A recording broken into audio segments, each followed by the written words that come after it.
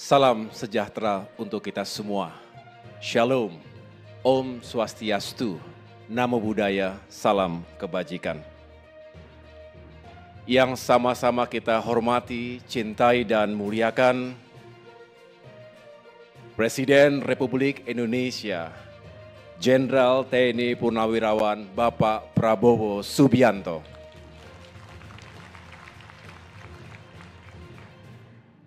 Terima kasih atas kehadiran Bapak Presiden. Kami semua mendoakan semoga Bapak senantiasa diberkahi kesehatan, kekuatan untuk terus memimpin Indonesia menuju kemakmuran dan kejayaan di masa depan. Yang saya hormati dan muliakan pula para pimpinan lembaga tinggi negara.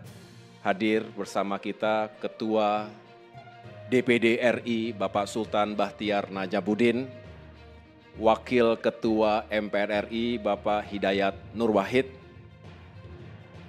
dan tentunya yang kami cintai dan muliakan para Menteri Koordinator, para Menteri pada Kabinet Merah Putih.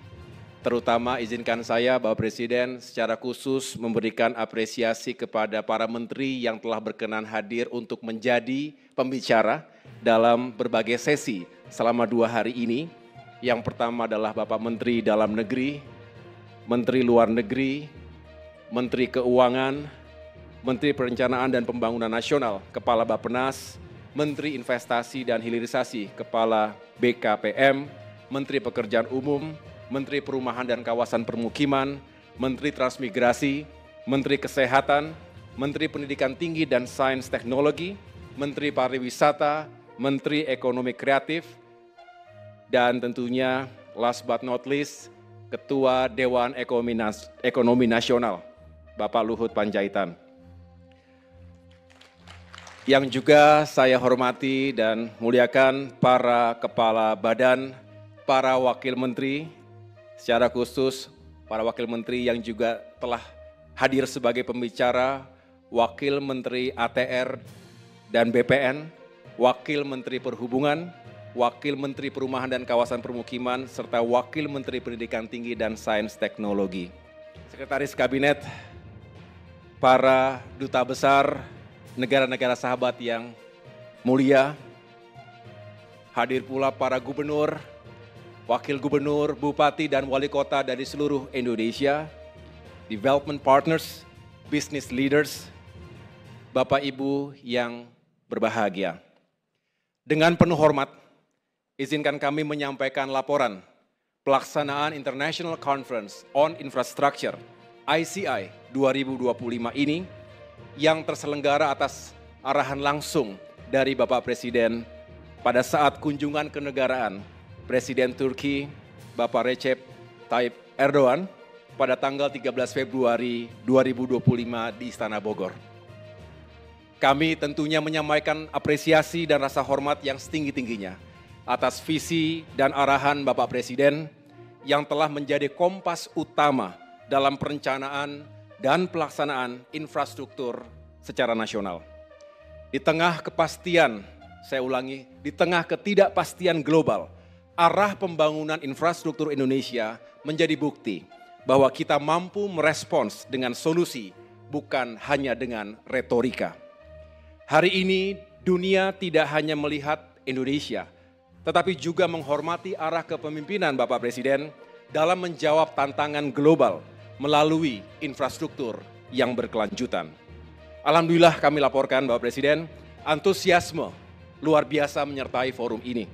Lebih dari 7.000 peserta dari 33 negara hadir selama 2 hari, mulai kemarin hingga hari ini.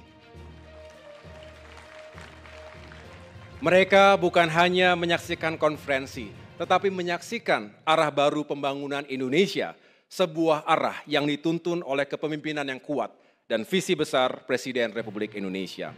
Forum ini membuktikan bahwa di bawah kepemimpinan Bapak Presiden, Indonesia tidak hanya hadir sebagai negara besar di kawasan Asia Tenggara, tetapi juga sebagai aktor global yang disegani dalam isu pembangunan berkelanjutan.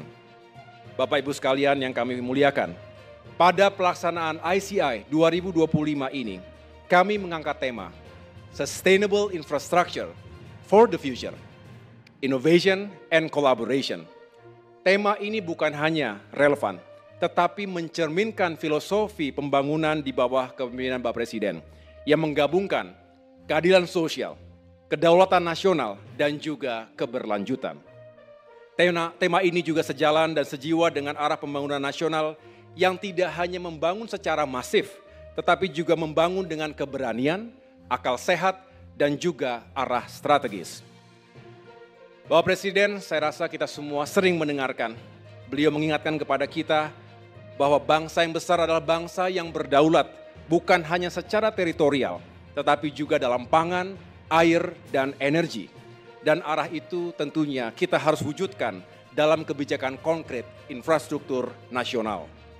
Untuk itu, kami turunkan tema besar ini ke dalam 5 prioritas strategis infrastruktur nasional. Pertama, Infrastructure for Food and Water Security. Kita sedang merehabilitasi 2,5 juta hektar irigasi, membangun bendungan serbaguna dan memperkuat infrastruktur logistik, pertanian, serta cold storage, termasuk sistem penyediaan air minum. Ini adalah bentuk nyata keberpihakan pemerintah pada petani, nelayan, dan desa, karena kemandirian pangan adalah fondasi dari kedaulatan bangsa yang kita cintai ini. Pembangunan infrastruktur tidak lagi sekedar membangun fisik, tetapi membangun social justice dan kemandirian bangsa. Yang kedua, Clean Energy Infrastructure. Melalui RUPTL 2025-2034, ditargetkan penambahan 69,5 gigawatt listrik dengan 76% berasal dari energi terbarukan dan storage, surya, angin, panas bumi, dan juga waste to energy. Sejalan dengan target net zero emission 2060 dan menjawab lonjakan kebutuhan dari industri, kendaraan listrik, serta pusat data digital berbasis AI. Ketiga, Seamless and Equitable Connectivity. Kita membangun koridor transportasi terpadu, jalan, pelabuhan, rel, dan bandara dengan prioritas wilayah timur Indonesia, Papua, Maluku, Nusa Tenggara, termasuk Sulawesi dan Kalimantan. Konektivitas bukan hanya soal efisiensi logistik, termasuk menurunkan angka ICOR kita, tetapi juga memperkuat pertahanan teritorial, menghubungkan basis produksi pangan, pusat logistik nasional, dan jalur evakuasi bencana. Inilah esensi infrastruktur sebagai alat pertahanan negara.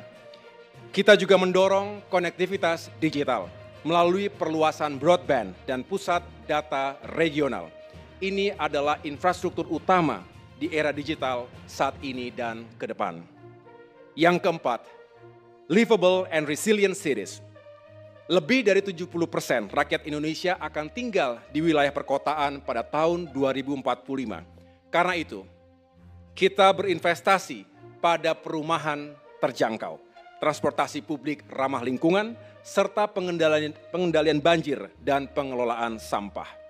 Dengan semangat ekonomi sirkular, kami mendorong transformasi pengelolaan sampah menjadi pembangkit energi, bahan baku industri, dan sumber ekonomi masyarakat lokal. Tak hanya mengurangi beban lingkungan, ini juga membuka peluang investasi baru di sektor waste to energy dan daur ulang berskala industri.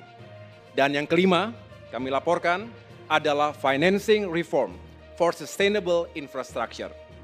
Arahan Bapak Presiden jelas adalah menggeser paradigma pembangunan dari model yang terlalu birokratis menuju model kolaboratif, mengedepankan peran strategis swasta dan inovasi pembiayaan.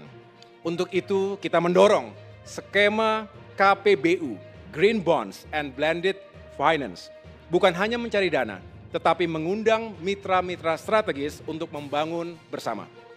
Implementasinya, kami akan kerjasama dengan Kementerian Investasi dan Hilirisasi juga BKPM, serta kementerian lainnya untuk membentuk semacam Project Facilitation Office sebagai pusat akselerasi investasi infrastruktur. Hal ini terinspirasi dari berbagai best practices di dunia, termasuk Singapura, Hong Kong, dan Australia. Adapun sebagai tindak lanjut dari ICI 2025 ini, kami meluncurkan Project Katalog 2025. Setidaknya ada sekitar 40-an proyek yang sedang ditawarkan, mencakup transportasi, energi, air, pengelolaan sampah, perumahan, dan kota cerdas. Kami tidak sekedar mengundang investasi, tapi kemitraan jangka panjang dalam semangat gotong royong global. Khusus pesisir utara Jawa, utamanya Jakarta. Sesuai arahan Bapak Presiden, pada akhir Februari lalu, kami membentuk semacam satuan tugas Giant Sea Wall Pantura Jawa untuk mengkonsolidasikan perencanaan dan mengawal pelaksanaan perlindungan pesisir. Bukan sekedar dinding, tetapi sistem adaptif untuk menghadapi krisis iklim dan banjir rob, menjaga ekosistem dan kehidupan masyarakat pesisir. Arahan Bapak Presiden tersebut bukan hanya merupakan respons teknis, tapi sebuah keputusan yang berani untuk menyelamatkan masa depan jutaan rakyat di pesisir utara Jawa. Bagi bangsa yang hidup di kepulauan, melindungi garis pantai adalah melindungi eksistensinya. Karena bagi kita, membangun peradaban manusia, saya ulangi, peradaban masa depan Indonesia juga berarti melindungi yang paling rentan dari bencana. Mengingat besarnya tugas ini, kami siap bekerja sama dan berkolaborasi dengan seluruh pihak untuk kesuksesan bersama. Bapak Presiden yang kami hormati, ada yang membandingkan pembangunan infrastruktur masa lalu dan masa kini. Namun kami percaya, setiap masa punya tantangan dan pendekatannya sendiri. Bapak Presiden sering mengingatkan kita untuk senantiasa mengapresiasi setiap pondasi yang diletakkan, juga setiap progres yang telah dicapai oleh para pendahulu, pemimpin dan pemerintahan sebelum kita.